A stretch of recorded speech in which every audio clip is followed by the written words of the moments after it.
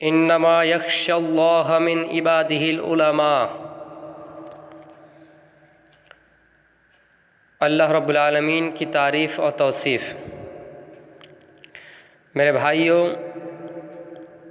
इस वक्त हालात बिल्कुल ही नाजुक हैं और हमारे देश ख़ुसूसन हिंदुस्तान की हालात बहुत नाजुक हैं। इस वक्त पता नहीं चल रहा है कि हमारे देश खुद गड्ढे में है या देश में गड्ढा है। इसलिए इस मुल्क को चलाने के लिए एक आलिम की ज़रूरत है।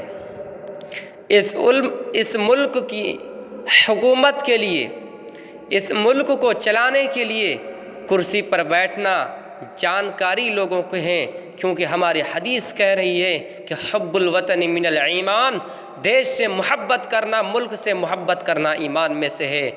जब हम ये चीज़ जानेंगे तभी हम इस देश से हमारी मोहब्बत पैदा होंगे। लेकिन कुछ लोग कहते हैं कि मौलवियों को सियासत नहीं करना चाहिए, मौलवी लोग कुर्सी पर क्यों बैठते हैं। जाहिर सी बात है, जब मौलवी लोग कुर्सी पर नहीं बैठेंगे, जब आलिम लोग कुर्सी पर नहीं बैठेंगे, सियासत नहीं करेंगे, तो इस देश को और ख़तरे मज़ीद और होंगे, ये देश और ख़तरे में होते चले जाएंगे। मेरे भाइयों, उलमाओं से मुँह लगाने वालों, उलमाओं के मुँह पर बंदिशें लगाने वालों और तरह तरह के जो फतवा तुमसे नहीं आता है उसके बारे में गलत इल्ज़ाम लगाने वालों कि सियासत नहीं करनी चाहिए, राजनीति की बातें नहीं करनी चाहिए, हम और आप अगर आवाज़ ना उठाएंगे पार्लियामेंट में जाकर ये जाहिल जापट क्या बोलेंगे, जिनको ना पता है कि हमारे देश किस तरह आज़ाद हुआ और हमें पता है कि इस देश को आज़ाद करने के लिए उलमाओं ने कितने खून का नजराना पेश किया, कितनी कुर्बानियाँ दी। तुम्हें क्या मालूम, तुम उलमाओं से मुँह लगाते हो। कुरान इस बात की गवाही देता है, इन्नमा यख्शल्लाह मिन इबादिहिल उलमा, कि जो लोग अल्लाह से डरता है उनको सबसे पहले उलमाओं की कद्र करनी चाहिए, उलमाओं से पूछनी चाहिए। हंगामा करने वालों, मुझे तुम्हारी औकात मालूम है, क्योंकि मुझे ये भी मालूम है कि हक बात ज़रूर बुरा लगेगा, और इसलिए तुम ऐसा कर रहे हो क्योंकि हम जानते हैं कि जो बेनमाजी हैं उनके सामने अगर नमाज की बात की जाए उनको बुरा लगेगा। जो रोज़ा नहीं रखता, रोज़ा की बात की जाए तो उनको बुरा लगेगा। जो शराबी है उनके बारे में अगर शराब के बारे में तकरीर की जाए तो उनको बुरा लगेगा। मेरे प्यारे साथियों, आप सिर्फ मौका देखते हैं कि हम किस चीज़ में उलमाओं को गिराएं, आप सिर्फ मौका देखते हैं कि हम उलमाओं की बदनामी कैसे करें। उस ज़माने में जब लोग किसी के सामने दो चार बातें पेश किया करते थे, दीन कुरान और हदीस की बातें पेश किया करते थे, उनके साथ इज्जत से सलूक किया जाता था, उनके साथ अच्छा बर्ताव किया जाता था, अच्छा डील किया जाता था। लेकिन हम और आप दूसरों के पीछे लगे हैं, किसको कब गिराया जाए हम दूसरों के पीछे लगे हैं। किसकी ज़ुबान की तासीर क्या है, किसकी ज़ुबान से कौन कौन से अल्फाज निकल रहे हैं, हम उन अल्फाज की गलती पकड़ के हम उनको रुस्वा कर देंगे, हम उनको जलील कर देंगे।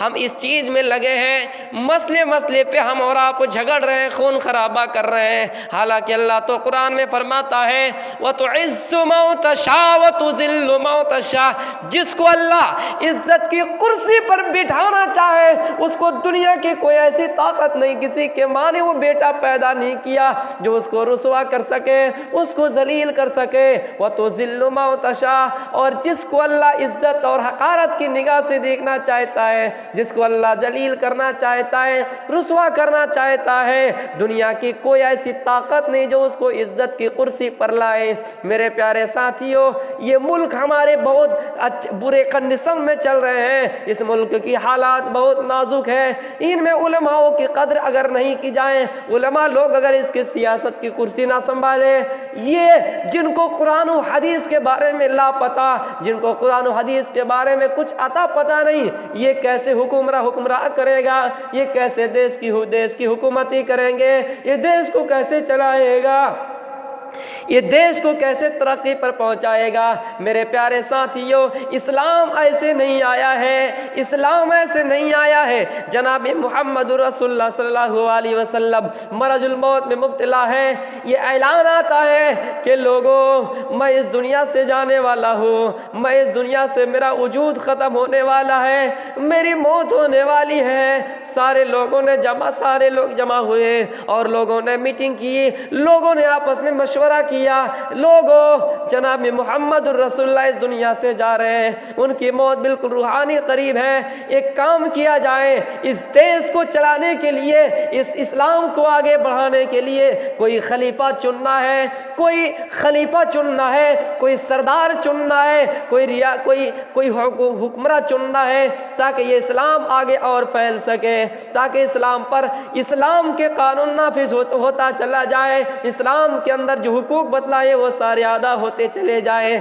یہ میٹنگ ہوتی ہے اور عہد نامہ یہ تیار ہوتا ہے کہ جناب ابو بکر صدیق، حضرت ابو بکر صدیق رضی اللہ تعالیٰ عنہ کو پہلا خلیفہ بنائے جائیں۔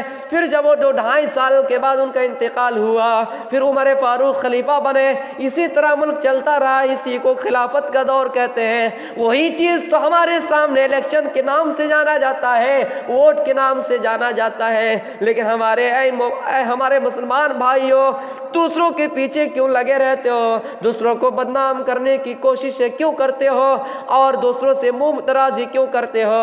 تمہارا کوئی حق نہیں ہے۔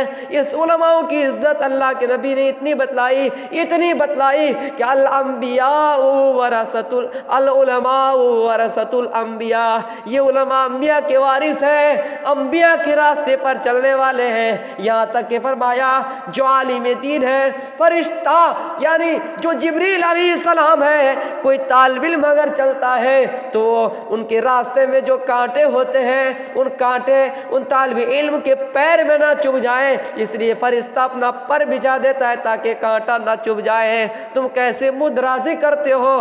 علماء کی آج کوئی عزت نہیں رہی، آج کوئی قدر نہیں رہی، اور یہ فتویٰ دینے لگے کہ علماء کو سیاست نہیں کرنا چاہیے۔ کتنی قربانیاں تم نے دی ہے میرے پیارے ساتھیوں، اس میں غور و فکر کرنا چاہیے۔